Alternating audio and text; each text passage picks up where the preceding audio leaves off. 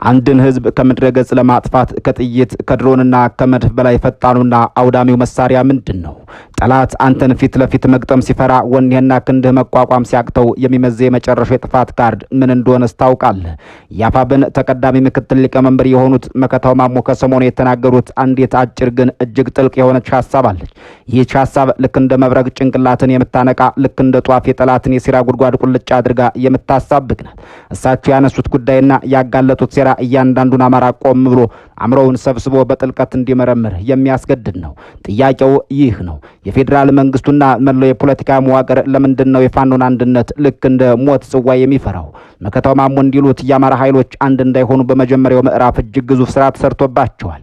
ያንን ሁሉ መሰናክል ጥሰው የልብ ትርታቸውን አዋህደው የትግል ዑደታቸውን አስተባብረው አንድ ከሆኑ በኋላስ ጠላት ተስፋ ቆርጦተኛ በፍጹም ይልቁንም ያንን የተቋጠረ አንድነት ለማፍረስ ዛሬ ላይ ሌት ተቀን ከምንጊዜውም በላይ በከፍተኛ ደረጃ ሴራ እየተጎነጎነ እየተሰራባቸው ነው። እስክንድር ነጋ የተገባ የአብይ አህመድ መንግስት ለእስክንድር ነጋ ለዘብተኛ አቋም እንዳለው ግልጽ ነው። መከታው ማሞ አንድነታችን ለመበተን እየተሰራ ነው ማለታቸው ምን ፍጭ ገጥሟቸው ነው?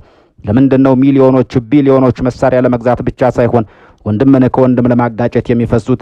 ለምንድነው የጠላት ዋነኛው የጦር ሜዳ የፋኖች የትግል ምሽግ መሆኑ ቀርቶ የፋኖች ስነ ልቦናና አንድነት የሆነው?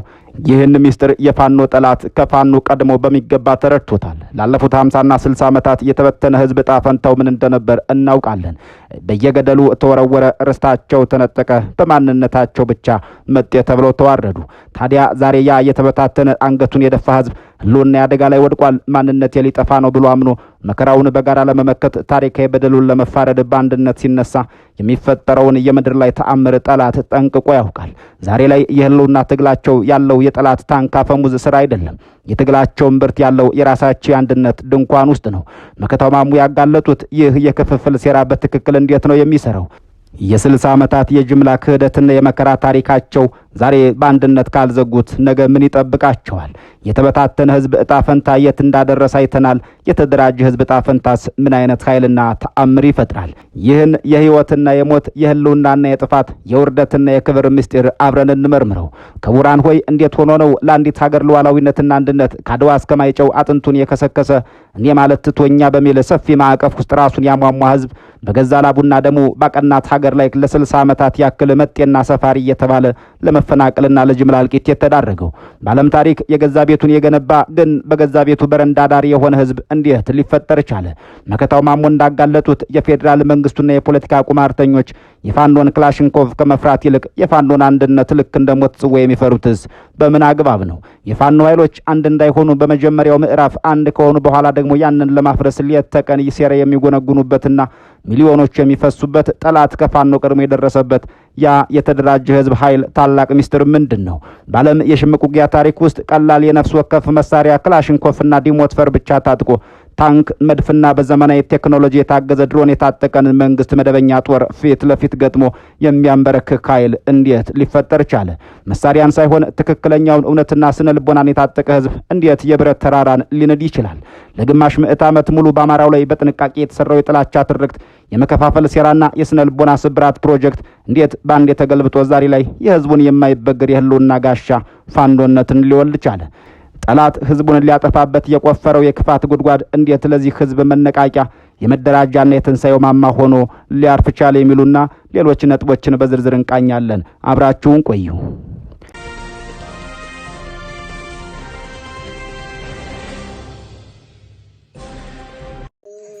በእኛስ ጊዜ ለኛ ቀላል ሊመስለን ይችላል። ቀላል አይደለም። ስንት ጓዶቻችሁን ያጣችሁት ለዚህ ለአንድነት አንድ ሆነን ለመታገል። ሌላውን ተውት። አንድ ሆነን ለመታገል ምን ያህል መስዋዕትነት ነው ያስከፈለን? እምናምናቸውን የምንወዳቸውን ጓዶቻችንን አላጣንም እንዴ? ብዙ ነገር ነው ያጣነው። ነገር ግን በጅምላ ተምንጨፈጨፍ በሰፈራችን በቤታችን እያንኳኳ ሊገለን የመጣነውን ኃይል ደግሞ ተደራይተን መመከት ማሸነፍ ስላለብን ነው። መከታው ማሞ የፌዴራል መንግስቱ የፋኖ ኃይሎችን አንድነት ለማወክ በከፍተኛ ደረጃ እየሰራ እንደሆነ ተናግረዋል። የአማራ ፋኖ ብሔራዊ ንቅናቄ ተቀዳሚ ምክትል ሊቀመንበር የሆኑት እኚህ ሰው ቃላቶቻቸው የዘመናችንን የፖለቲካ ትኩሳትና የህልውና ትግል ጥልቀት ቁልጭ አድርገው የሚያሳዩ ናቸው። እሳቸው እንደሚሉት የአማራ ኃይሎች አንድ እንዳይሆኑ በመጀመሪያው ምዕራፍ ከፍተኛ ስራ ተሰርቶባቸዋል። ይህን መሰናክል አልፈው የልብ ትርታቸውን አዋህደው የትግል ዑደታቸውን አስተባብረው አንድ ከሆኑም በኋላ ያንን የተቋጠረ አንድነት ለማፍረስና የጀመሩትን የህልውና ጉዞ ለማሰናከል በከፍተኛ ደረጃ ሴራ እየተጠነሰሰ ነው። የአማራ ህዝብ ላለፉት 50ና 60 ዓመታት የተደቀነበትን የጅምላ ክህደት መገለልና መከራ መመከት የሚችለው በጽኑ አንድነቱ ብቻ እንደሆነ መከታው ማሞ በግልጽ አስምረውበታል። የመከታው ንግግር ተራ የፖለቲካ ትንታኔ ብቻ አይደለም። ይልቁንም ላለፉት 60 የሀዘን ዓመታት የተጻፈን የደም ታሪክ፣ የተበታተነን ህዝባዊ ዋጋ ቢስነትና የተደራጀን ህዝብ የማይበገር ኃይል የሚያንጸባርቅ ጥልቅ የዘመን ኑዛዜ ነው። የመከታው ማሞን ማስጠንቀቂያ እንደ መነጽር አድርገን ወደ ኋላ ወደ ግማሽ ክፍለ ዘመኑ የኢትዮጵያ ፖለቲካ የታሪክ ማደር ስንጓዝ የምናገኘው እውነት እጅግ ዘግናኝና ልብ ሰባሪ ነው። ላለፉት 60 ዓመታት የአማራ ህዝብ ላይ የተፈጸመው በደል እንዲሁ በአጋጣሚ የተከሰተ ስህተት ሳይሆን በጥንቃቄ የታቀደ በፖለቲካ ትርክት የተዋቀረና በመዋቅር የተደገፈ ጥልቅ የጥፋት ፕሮጀክት ነበር። ገና በስልሳዎቹ መጀመሪያ የኢትዮጵያ ተማሪዎች እንቅስቃሴ በሚል የሐሳብ ማዕበል ውስጥ የሀገሪቱ የፖለቲካ ልሂቃን የችግሮች ሁሉ መነሻ የጭቆና ሁሉ ተምሳሌት አድርገው የሳሉት ያን መከረኛ ህዝብ አማራውን ነው። ነፍጠኛ የሚል የጥላቻ ስያሜ በማውጣት ታሪክን በማጣመም የህዝቡን ከነባር ኢትዮጵያዊ ክብሩ ለማዋረድ የጥላቻው ዘር በዩኒቨርሲቲ ኮሊደሮች፣ በፖለቲካ በራሪ ወረቀቶችና በጫካ ትግል ማንዋሎች ላይ ተዘራ። ያዘር በቅሎ አብቦና ፍርቶ ነው ዛሬ የምናየው መሬር ፍዳ ያመጣውና እዚህ ዘመን የደረሰው። የደርግ መንግስት በጭካኔው ሀገሪቱን ሲያመስ የአማራው ወጣት በየአደባባዩ በገፍ ተረሸነ። ቀይ ሽብር የሚለው የደም ጎርፍ የሁሉንም ኢትዮጵያዊ ደጅ ቢያንኳኳም በተለየ መልኩ ግን የአማራን ምሁር ወጣትና አምራች ኃይል የማጽዳት ዘመቻ ነበር። በእርግጥ ያ ትውልድ ገና ቁስሉ ሳይጠገን በለውጥ ስም የመጣው የኢህአዴግ ዘመን ደግሞ የጥፋቱን አድማስ አስፋፍቶ ጥላቻውን ህገ መንግስታዊ ልብስ አልብሶ አቀረበው። ትናንት በጫካ ቆይታቸው አማራን እንደ ዋነኛ ጠላት የፈረጁ ኃይሎች ቤተ መንግስት ሲገቡ ያደረጉት የመጀመሪያው ስራቸው አማራውን ማግለል፣ መከፋፈልና ትጥቁን ማስፈታት ነበር። በዚህ ስልታዊ የመገለል ዘመን አማራው በማንነቱ ብቻ እጅግ አስከፊ ታሪክ በደሎችን አስተናግዷል። የህዝቡ መተዳደሪያ የሆኑት ለም መሬቶች ወልቃይት፣ ጠገዴ፣ ራያ፣ መተከል በግፍ ተቆርሰው ለሌሎች ክልሎች ተሰጡ። ያም ብቻ ሳይሆን በቢሮክራት ስም ገበሬው ከለም መሬቱ እየተነጠለ መሬት አልባ መናኛ እንዲሆን ተደረገ። ድንበር ተሰመረ። ወንድም ከወንድሙ ተለየ። መሬቱን የተቀማው አማራ ማንነቱን እንዳይጠራ፣ ቋንቋው እንዳይናገር ታፈነ። በአማራነታቸው ብቻ በገደል የተወረወሩ፣ በግፍ የተገደሉ፣ የሀብት ማፍራት መብታቸው የተነጠቀ ዜጎች ቁጥር የሰማዩን ከዋክብት ያህል በዝቶ የትየለሌ ሆነ።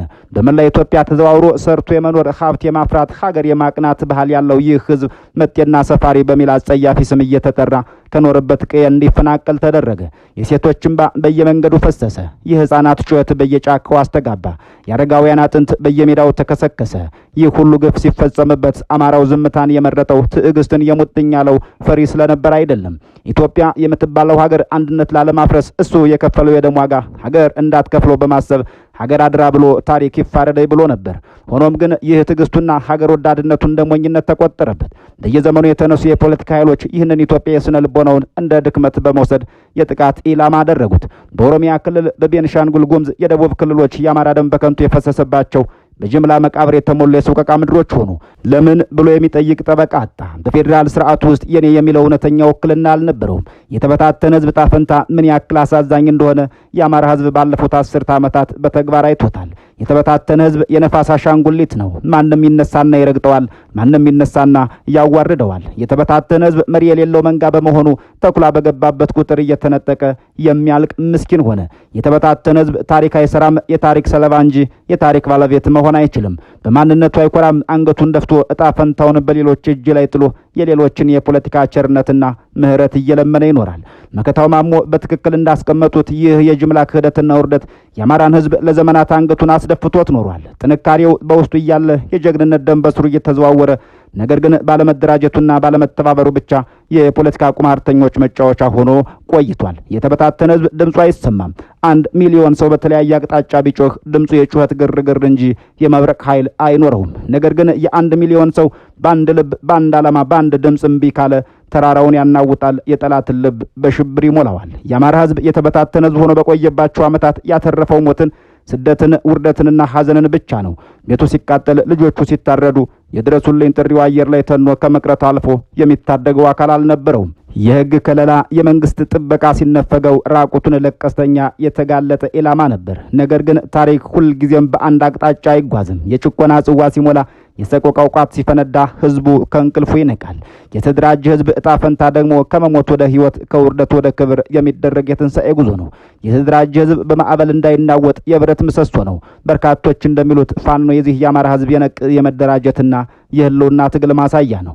ፋኖ በየጫካውና በየተራራው የወጣው ስልጣን ፈልጎ ሳይሆን የሌሎች መብት ለመርገጥ አይደለም። ፋኖ ያፈሰሰው የንጹሃን ደም፣ ያ የተገፈው የአማራ ማንነት፣ ያ የተረገጠው ሰብአዊ ክብር የወለደው የቁርጥ ቀን ጋሻ ነው። የተደራጀ ህዝብ ኃይል አለው። ጠላቶቹን አስማምቶ በድርድር ጠረጴዛ ላይ የሚያስቀምጠው ያ የተደራጀ ክንዱ ነው።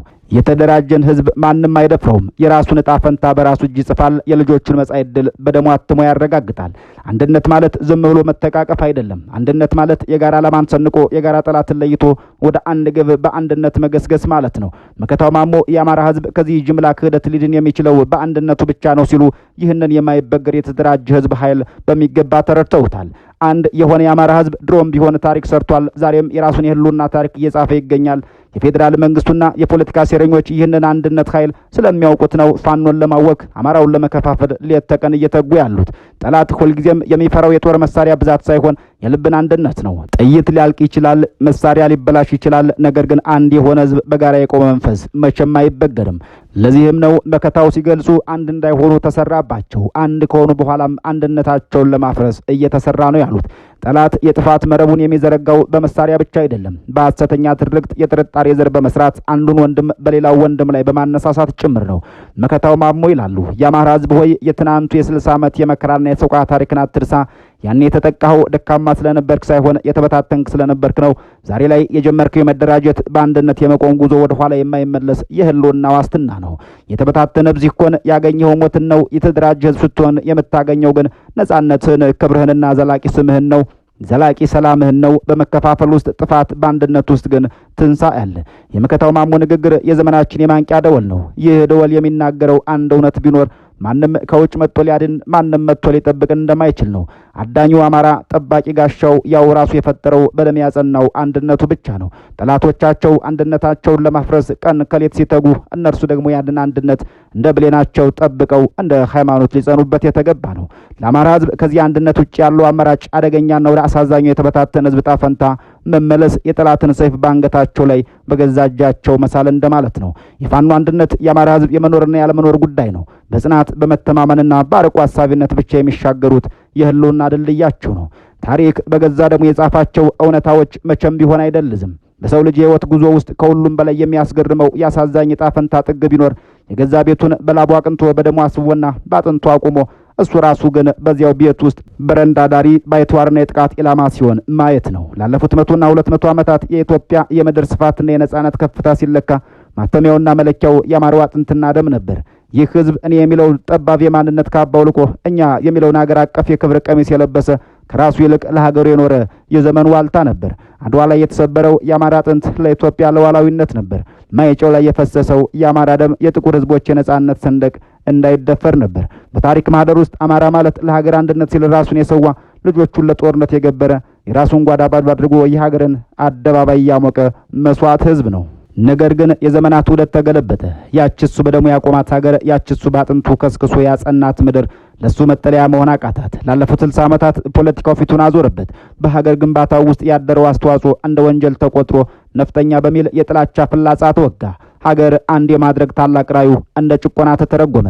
ከጫፍ እስከ ጫፍ ሀገር የኔ ብሎ የተዘዋወረበት አርሶና ነግዶ የኖረበት ምድር ሁሉ በእሳት ተከቦ ሲቃጠል አየሁ። ይህ ህዝብ ግን ወዲያው አላንገራገረም። በትዕግስት ታገሰ። ግፉ ሲበዛ፣ ሞቱ ሲበዛ፣ መፈናቀሉ ሲበዛ አሁን ለሀገር አንድነት ሲል እምባውን ዋጠ። እኔ ካልቻልኩት ማን ይችላል? እኔ ካልተሸከምኩት ኢትዮጵያ ትፈርሳለች በሚል የከበረና የረቀቀ የሀገር ፍቅር ስነ ልቦና በገዛ ሀገሩ በየመንገዱ ሲታረድ በየገደሉ ሲጣል ዝምታን መረጠ። ሀገር አደራ ብሎ ታሪክ ይፋረደኛል ብሎ ዝም ጭጭ አለ። ሆኖም ትዕግስት የራሱ የሆነ ማብቂያ አለው። ዝምታም የራሱ የሆነ የፍንዳታ ጣሪ አለው። ታዲያ በታሪክ ለሀገር አንድነት የታገለ ህዝብ የገዛ ማንነቱ እየተጠቃ መሆኑን ሲገነዘብ ህልውና አደጋ ላይ ወድቋል፣ ዛሬ ሊጠፋ ነው ብሎ አምኖ ሲነሳ ያኔ ነው በምድር ላይ የማይታመን ተአምር የሚፈጠረው። ያኔ ነው ታሪክ ጅረት አቅጣጫውን የሚቀይረው። ያኔ ነው የታሪክ ጅረት አቅጣጫውን የሚቀይረው። ይህ ተአምር እንዴት ያለ ነው መሰላችሁ? ለዘመናት ኢትዮጵያዊነት በሚል ሰፊ ማዕቀፍ ውስጥ ራሱን አሟምቶ የኖረ ህዝብ በድንገት ከህልሙ ይነቃል። እየተጠቃሁ ያለሁት በኢትዮጵያዊነቴ ሳይሆን በአማራነቴ ነው። እየተገደልኩ ያለሁት ሀገር ወዳድ ስለሆንኩ ሳይሆን አማራ ስለሆንኩ ነው። መሬቴን እየተቀማሁ ርስቴን እየተነጠቅኩ ያለሁት አማራ በመሆኔ ብቻ ነው የሚለው መሪር እውነት ሲጋት የህሊናው መነጽር ይጠራል። ይህ መነቃቃት ተራ የፖለቲካ መነቃቃት አይደለም። ከሞት አፋፍ የተመለሰ የአንድ ህዝብ የትንሣኤ ጥሪ ነው። ለሀገር ብሎ ትጥቁን የፈታው ለሀገር ብሎ አንገቱን የደፋው ህዝብ የሞት ጽዋ በደጅ ደርሷል፣ ልጆችን ለማትረፍ መነሳት አለብኝ ብሎ ሲደራጅ የፍርሃት ግድግዳዎች ይናዳሉ። ሞትን መፍራት ያቆማል። ምክንያቱም ከተደራጀ የሚሞተው በክብር እየታገለና ታሪክ እየተሰራ መሆኑን ያውቃል። ካልተደራጀ ግን አንገቱን ደፍቶ እንደ በግ እየታረደ እንደሚሞት በተግባር አይቶታል። ይህ የተደራጀ ህዝብ ጣፈንታ የሚፈጠረው ተአምር ዛሬ በአማራ ክልል በግልጽ እየታየ ያለው የፋኖ እንቅስቃሴ ህያው ምስክር ነው። ወደ ዛሬው የአማራ ምድር ስንመለከት የምናየው ተራ የትጥቅ ትግል አይደለም። የምናየው የተበሳጨ ወጣት አመጽ ብቻም አይደለም። በአማራ ክልል ተራሮች፣ ሸለቆዎችና ጫካዎች ውስጥ እየታየ ያለው እንቅስቃሴ የ60 ዓመታት የህዝብ ሰቆቃ የወለደው ከግማሽ ምዕተ ዓመት በላይ የታፈነ የቁጭት እሳተ ገሞራ ፍንዳታ ነው። ፋኖ ማለት ያ ላለፉት ዘመናት በየቦታው በግፍ የተገደለው የአማራ ህዝብ የደም ጠብታ ተሰባስቦ የፈጠረው ማዕበል ነው። ፋኖ ማለት ስለ ሀገር ስል ማንነቴን ረሳሁ፣ እናንተ ግን ማንነቴን እያስታወሳችሁ ረዳችሁኝ፣ አሁን ግን በቃኝ ያለ ህዝብ የህልውና ጋሻ ነው። በታሪክ ትልቅ ስፍራ ያለው ህዝብ ተደራጅቶ ለራሱ ህልውና መታገል ሲጀምር ጠላቶቹ ፈጽሞ ሊገምቱት የማይችሉት ኃይል ይፈጠራል። ምክንያቱም ይህ ህዝብ የጦርነትና የጀግነት ጥበብ በዘረመሉ ውስጥ ያለ ነው። ዘመነ ካሴ እንዳለው ፋኖ ምንም እንኳን የሽምቅ ተዋጊ ቢሆንም የሚካሄዱ ውጊያዎች ግን መደበኛዎች ናቸው። በሽምቅ ተዋጊዎች ታሪክ መድፍና ታንክ፣ ዙና ድሮን የታጠቀን የመንግስት ኃይል በክላሽና በዲሞትፈር የገጠመ ህዝብ ቢኖር አማራ ብቻ ነው ይላል። አባቶቹ ተራራን ያንቀጠቀጡ ሸለቆን ያናጎጡ መሆናቸውን ያውቃል። ያ ለዘመናት አንገቱን አስደፍቶት የነበረው ትርክት ሲሰበር፣ ያ እንደ ኃጢአት ሲቆጠርበት የነበረው ማንነት ወደ ክብር ሲለወጥ ወጣቱ ሞትን ንቆ ወደ ጫካ ይተማል። ፋኖነት ስልጣን ለመያዝ ወንበር ላይ ለመቀመጥ ወይም ሌላውን ለመጨቆን የተመሰረተ እንቅስቃሴ አይደለም። ፋኖነት ከምንም በላይ መኖር እፈልጋለሁ፣ እንደ ሰው መከበር እፈልጋለሁ፣ በገዛ ሀገር የመጤ መባልን አልቀበልም፣ አባቶች በደማቸው ባቆዩት ምድር ላይ እንደ ባዕድ መቆጠርን እምቢ ብያለሁ የሚል የነጻነት አዋጅ ነው። ዛሬ በአማራ ክልል የሚስተዋለው የፋኖ እንቅስቃሴ ትናንትና የተበታተነ የነበረው ህዝብ ዛሬ በአንድ ልብ ሲመታ የፖለቲካው ጀልባ እንዴት እንደሚናወጥ ማሳያ ነው። ፌዴራል መንግስቱም ሆነ ታሪካዊ ጠላቶቹ ይህ ህዝብ ለዘላለም የተኛ በከፋፋይ የፖለቲካ ሴራ እርስ በርሱ የሚባላ መስሏቸው ነበር። መከታው እንዳለው ፋኖዎች የሚያምኑት ፈጣሪ ያግዟቸው በበርካቶች ተሞክሮ ያልተቻለ አንድነት በፋኖ ኃይሎች ግን በ3 ዓመት ትግል ውስጥ ተሳክቷል። የአማራ ጠላቶች አማራን ማጥፋት ቀላል ነው፣ ምክንያቱም እርስ በርሱ አይስማማም የሚል የዘመናት ስሌት ነበራቸው። ነገር ግን ህልውናው አደጋ ላይ ሲወድቅ፣ በሰይፉ በአንገቱ ላይ ሲያርፍ ያ የተበታተነ ህዝብ ልዩነቱን ወደ ጎን ትቶ በአንድ ዓላማ፣ በአንድ ሰንደቅ፣ በአንድ ትግል መንፈስ ሲነሳ ያሰቡት የጥፋት ስሌት ሁሉ እንደ ጉም ተነነ። እንግዲህ የተደራጀ ህዝብ ጣፈንታ እንዲህ ተአምር ይሆናል። የተደራጀ ህዝብ ኃይሉ በመሳሪያው ብዛት በታንኩና በመድፎ አይደለም። የፋኖ ኃይል ያለው በሚያነግበው ክላሽንኮቭ ሳይሆን በውስጡ ባለው እውነት ላይ ነው። እውነቱ ደግሞ ይህ ነው። የተዋጋሁት ያለሁት ላለመሞት ነው። እየተዋጋሁ ያለሁት ዘሬን ከምድረ ገጽ ላለማስጠፋት ነው። ይህንን እውነት የሰነቀ ህዝብ በምንም አይነት ምድራዊ ኃይል አይሸነፍም። ከሞት ጋር ፊት ለፊት የተፋጠጠ ሰው ሞትን አሸንፎታልና የፋኖ እንቅስቃሴ ላለፉት 60 ዓመታት የተሰራውን የሐሰት ትርክት፣ የጥላቻ ግንብና የመገለል ፖለቲካ ከስሩ እየነቀለ ይመስላል። የፋኖ ትግል አማራውን ከስነ ልቦና እስራት ነጻ ያወጣ የብርሃን ጸዳል ነው። ትናንት በማንነቱ እንዲያፍርና አንገቱን እንዲደፋ ይደረግ የነበረው ወጣት ዛሬ በፋኖነት በአማራነቱ ኮርቶ ትከሻውን አቅንቶ የአባቶችን ጀግንነት እያዜመ ተራራውን ሲወጣ ያ ብቻውን የድል ሁሉ ድል ነው። ጠላት መጀመሪያ የሚገድለው ስነ ልቦናን ነው። ስነ ልቦናው የሞተ ህዝብ መሳሪያ ቢኖረውም ባሪያ ነው። ስነ ልቦናው የተነሳሳ ህዝብ ግን ባዶ እጁንም ቢሆን ተራራን ይገፋል። ዛሬ ፋኖ ያደረገው ይህንን ነው። የአማራን ህዝብ በስነ ልቦና ከሞት አስነስቶታል። ለሀገር ሲል ማንነቱን የረሳ ህዝብ ወደ ማንነቱ ተመልሶ ሲደራጅ የሚፈጠረው ተአምር የማይበገር ጽናት ነው። ዛሬ በአማራ ምድር ያለው ገበሬ፣ እናት፣ አባት፣ ምሁር፣ ነጋዴ ሁሉም በልቡ ፋኖ ነው። ጫካ የገባው መሳሪያ ያነገበው ብቻ አይደለም። የህዝቡ ልብ በሙሉ ጫካ ገብቷል። የህዝቡ መንፈስ በሙሉ ለትግል ተሰልፏል። ጠላት ሰራዊት ይዞ ሊመጣ ይችላል። ድሮን ሊያኮበኩብ ይችላል። ታንክ ሊያሽከረክር ይችላል። ነገር ግን ሚሊዮኖቹ በልባቸው ውስጥ የለኮሱት የነጻነት የህልውናና የክብር እሳት በምንም አይነት የጦር መሳሪያ ማጥፋት አይቻልም ይላሉ። የአማራ ህዝብ ታሪክ ዛሬ በአዲስ ምዕራፍ እየተጻፈ ነው። ትናንትና ታሪኩ በደል፣ መፈናቀል፣ ሰቆቃ፣ ጅምላ መቃብር የሚል ነበር። ዛሬ ግን የዚህ ህዝብ ታሪክ መነቃቃት፣ መደራጀት፣ ፋኖነት፣ ጀግንነትና ትንሳኤ በሚሉ ወርቃማ ቃላት እየተተካ ነው። የተበታተነ ህዝብ ታሪክ ሰለባ ነው። የተደራጀ ህዝብ ግን የታሪክ ጸሐፊ ነው። ዛሬ ፋኖቹ በየተራራው አናት ላይ ሆነው እየጻፉት ያለው ታሪክ ከዚህ በኋላ አማራ በማንነቱ አይደፈርም፣ ርስቱን አይቀማም፣ እንደ ባይተዋር አይገፋም የሚል የደም ፊርማ ነው። ይህ ትግል፣ ይህ የተፈጠረው ተአምር የአማራን ህልውና ከማረጋገጥ አልፎ የኢትዮጵያን እውነተኛ አንድነት በመሰረት ላይ የሚያቆም ነው። ምክንያቱም ኢትዮጵያ ልትጸና የምትችለው አማራው ከነ ክብሩ ከነ ህልውናው ከነ ሙሉ መብቱ ሲኖር ብቻ ነው። የታመነና የተገፋ ምሰሶ ይዞ የሀገር ጣሪያ ሊቆም አይችልም። ፋኖ እያደረገ ያለው ይህንን የተጣመመ የፖለቲካ ምሰሶ ማቅናት ነው። ፋኖ እየተገበረ ያለው እኔ መኖር ካልተከበረ የሀገር መኖር ትርጉም አይኖረውም የሚለውን ጥልቅ እውነት ነው። በመጨረሻም ይህ የዘመን ድምፅ ለሁሉም የሚያስተጋባው አንድ መልእክት አለው። የህልውና ትግል ማፈግፈግ አያውቅም። አንድ ጊዜ የተነሳን ማዕበል ወደ ኋላ መመለስ አይችልም። በአማራ ክልል የተጀመረው የፋኖ እንቅስቃሴ በደምና ባጥንት የተገነባ የህዝብ ትጥቅ ነውና ግቡን ሳይመታ ያሰበውን የነጻነት አየር ሳይተነፍስ ወደ ኋላ አይመለስም። የተፈታተነ ህዝብ ዕጣ ፈንታው ውድቀት ነበር። ዛሬ የተደራጀ የአማራ ህዝብ ዕጣ ፈንታ ግን በድል አድራጊነት የሚጠናቀቅ ደማቅ የትንሳኤ ንጋት ነው። የዚያ ንጋት ፀሐይ ለማየት ደግሞ የተጀመረውን የአንድነት መንገድ ምን ያክል እሾክና እንቅፋት ቢበዛበትም ሳይሰለቹ ሳይከፋፈሉ በጋራ መጓዝ ግድ ይላቸዋል። ያኔ ታሪክ ይመሰክራል፣ መጪው ትውልድም በኩራት ይዘምራል። አባቶቻችን በሞት አፋፍ ላይ ሆነው ህልውናቸውን ለመታደግ ተደራጁ፣ ተደራጅተውም ተአምር ፈጠሩ። ያ ተአምርም ዛሬ በነጻነት የምንረግጣትን ምድር አቅንተን የምንኖርባትን ሀገር አስረከበን ብሎ ቀና ይላል። ይህ ነው የተደራጀ ህዝብ፣ ይህ ነው ፋኖነት፣ ይህ ነው የማይጠልቅ የህልውና ፀሐይ በሚል የመክታው ማሞን ንግግር መነሻ በማድረግ ጡፋቸውን ያጠናከሩ የመረጃ ምንጭ ላኩልን ጽሑፍ በዚህ ተጠናቋል። በያላችሁበት ዓለም ሰናይ ጊዜ እየተመኘን በዚህ እንሰናበታለን።